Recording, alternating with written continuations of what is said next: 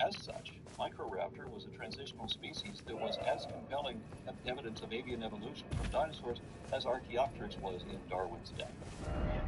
And it turns out that Zhu Xing gave it the wrong name. The Peruvian dinosaur of this exact description that Beebe had predicted back in 1915 was called Tetrapteryx. And it is the case that dinosaur bones, for whatever reason, are always just found by the paleontologist. Like, it's not like you and me walking outside and like, hey, a dinosaur bone, and or by somebody who's related to a paleontologist. It's very strange. I'm a member of the Ellsworth Society. That's a group of interested people who are not all professional scientists, but who take field trips with scientists to fossiliferous areas to see what they can find.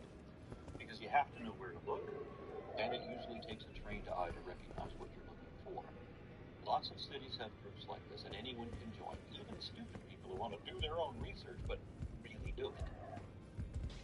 On my first paleontological expedition, I spent a couple of weeks. Well, I took you no matter to lay out your own. Africa and Peru, with 10 other guys, all named Professor Blanky got a PhD, who were kind enough to treat me like a colleague. And we were in a remote area with no people, little or no vegetation, which is important because plants will destroy fossils close to the surface. Almost everyone found several fossils every day except for me and one other guy. It took us 3 days of wandering the desert for 8 hours a day at over 100 degrees, staring at the rocks on the ground, trying to find one with indications that it was once bone. I eventually did find a handful of scattered bones that had been disturbed by wind erosion, including a large piece of femur. The expert with me at that moment immediately found 2 more pieces of it within a 10-foot circle, and they all fit together precisely. However, if the fossil is already eroded out of its protective matrix such that a regular person might be able to recognize that it is a piece of bone, that also means that the fossil itself is eroding now too. Some distance in any direction, it may already be destroyed. That was the case with everything I found on that trip. I even found a skull fragment that was blown out on top of the sand by a dust storm or whatever. I had a big enough piece in my hand to recognize that it came from some sort of therapsidus indicated by the pineal foramen, but I wasn't able to find the rest of the fossil, I'm sorry to say. If I found its teeth, then we'd know precisely what it was, and I might have been able to name a new species. The other people on our team were able to pick out a couple black or white spots on an otherwise ordinary bit of rock and recognize portions of an animal therein. They had a CT scanner back at the university that would show fossil inside the rock, like looking at an X-ray. Then they have devices that continuously remove the matrix around it to remove the rock and reveal it one fossil inside. Untrained people what looks like marks on a random piece of the tusk. That's why Candace Owens never found a fossil. I was given a private tour of the laboratory in back of the Royal Tyrrell Museum in Alberta, Canada, when I got to see a dozen or so techs using these precision tools in a years-long process of extracting fossil bones from the surrounding matrix, or vice versa. The prize of this collection had not yet been published, but it was about to be announced to the world. I got a sneak preview of one of the best preserved fossils ever discovered. It was a mostly completed pilot that had fallen out of an open quarry, and parts of it were exposed enough of it that it could be recognized even from the untrained eye. The rest of it was hauled to the lab on a heavy truck and then carefully extracted millimeter by millimeter over the next few years. The detail on this fossil was the best I've ever seen. There was even a skin impression over the thing, revealing that much of this ankylosaur was leather-clad, like the skin of an alligator. Just beautiful. Although it is very rare, there are times when one of the 8 billion people on our planet will see enough of a fossil to recognize it, and even if they have no training at all. I remember a news story about a school bus driver in my neighborhood who wandered down to the local creek after a major storm. The heavy rain had collapsed into the cliffside, revealing parts of a fossil mosasaur.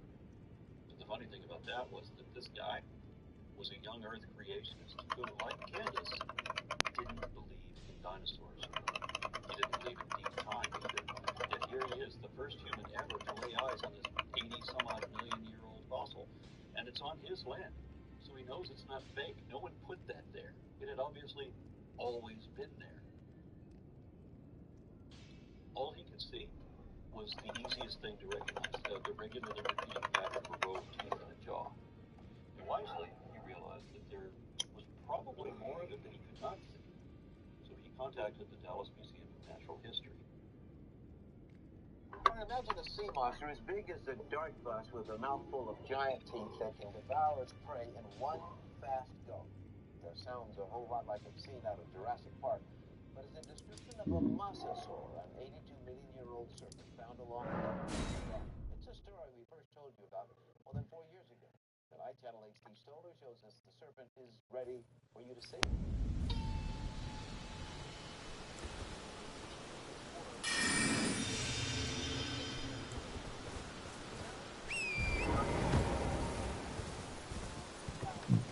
Carefully chipping away rock from the ancient bones.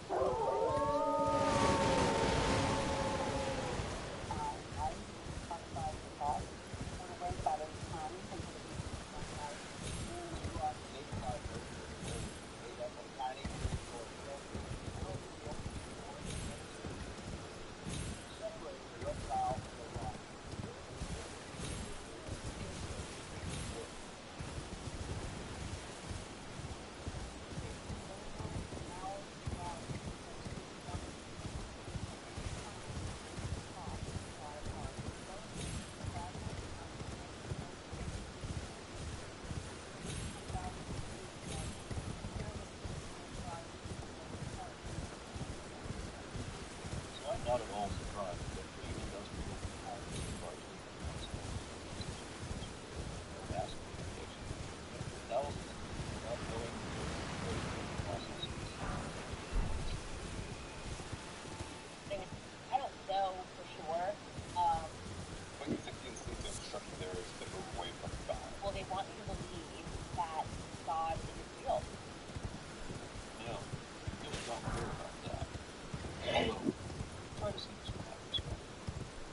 Let's say you move to a place where half the people regularly bring garlic behind the doors because it's protected against vampires. The other half of the population makes no such precautions, and they've never been attacked by vampires. The believers say it happens all the time, although they can never evidence a single instance. The unbelievers are not surprised, saying, yeah, they're just nuts. Then one of your neighbors demands to know why you don't have any garlic around the house. You say politely that you don't believe in vampires. Then your neighbor gets angry. First he accuses you of being evil somehow, simply because you're not fool enough to believe the same stupid shit that he does. Then he threatens, saying that you're going to meet your vampire one day and you will be sorry when you cower before him on that last day. Your neighbor thinks that he's made a valid argument. He's really scared right now. How could you shit? So you reply, a bit more sternly this time, that there's no such thing as vampires. Then you accuse you of being part of a Dracula conspiracy for the intentional removal of Dracula. That was the stupidest thing I've ever heard in my whole life. But then you remember, when you heard something just as dumb while listening to Candace about that. That, like, the theory of evolution, like you're an ape, what happens over time, like you feel the old you can be, but then with time, like going about this evolution conversation, then you were Homo erectus, and now you're Indian.